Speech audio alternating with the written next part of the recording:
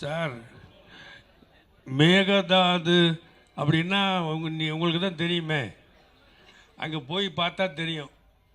காவேரி ஆறு அந்த மலையிலிருந்து வந்து ஒரு சின்ன ஓடை மாதிரி வரும். அந்த ஓடையிலேருந்து வந்து தான் பிரிஞ்சு காவேரி ஆறு வருது.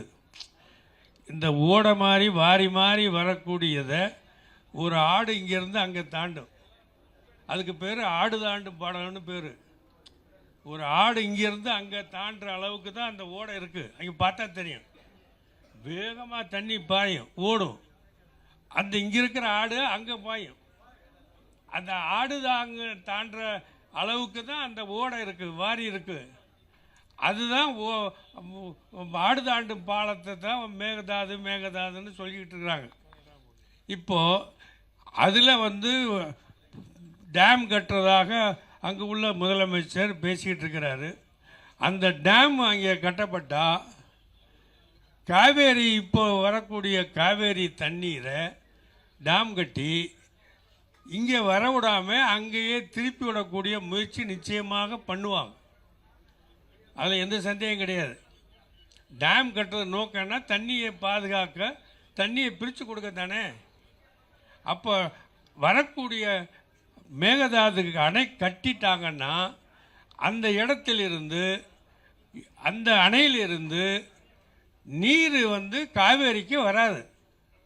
காவேரியில் இதுவரைக்கும் வந்தக்கூடிய இப்போ அதிகமான எக்ஸ்ட்ரா தண்ணி தான் வருதுன்னு கூட இப்போ சொல்கிறோம். அது கூட வராது, வராமல் கூட பண்ண முடியும். ஏன்னா அணை கட்டிட்டாங்க.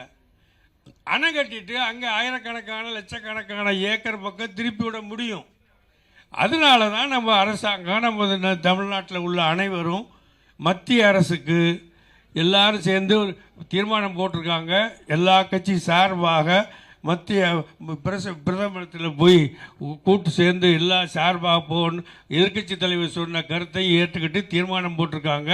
அந்த தீர்மானத்தின் அடிப்படையில் தமிழ்நாட்டில் உள்ள அனைத்து கட்சி சார்பாகவும் பிரதமரை சந்தித்து இது ஆடுதாண்டு பாலங்கிற அமைப்பு வச்சு அந்த பாலத்தை கட்டுனா காவேரி ஒரு சொட்டு கூட தண்ணி வராமல் பண்ண முடியும் என்கிற அந்த பெரிய அச்சமும் பயமும் இருக்கிற காரணத்தினால இந்த தீர்மானம், அழகான தீர்மானம் போட்டிருக்காங்க.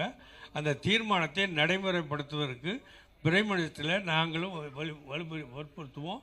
பிரைமணியத்தில் நாங்கள் முஸ்லீம் லீக் சார்பாகவும் நாங்கள் சொல்லுவோம். பாராளுமன்ற உறுப்பினர் இங்கே இருக்கிற அவரும் சேர்ந்து போவார். மற்றும் ஆப் ஸ்டோரில் இருந்து பாலிமர் செயலியை QR கோடு மூலம் பதிவிறக்கம் செய்யுங்கள். செய்திகளை உடனுக்குடன் பெறுங்கள்.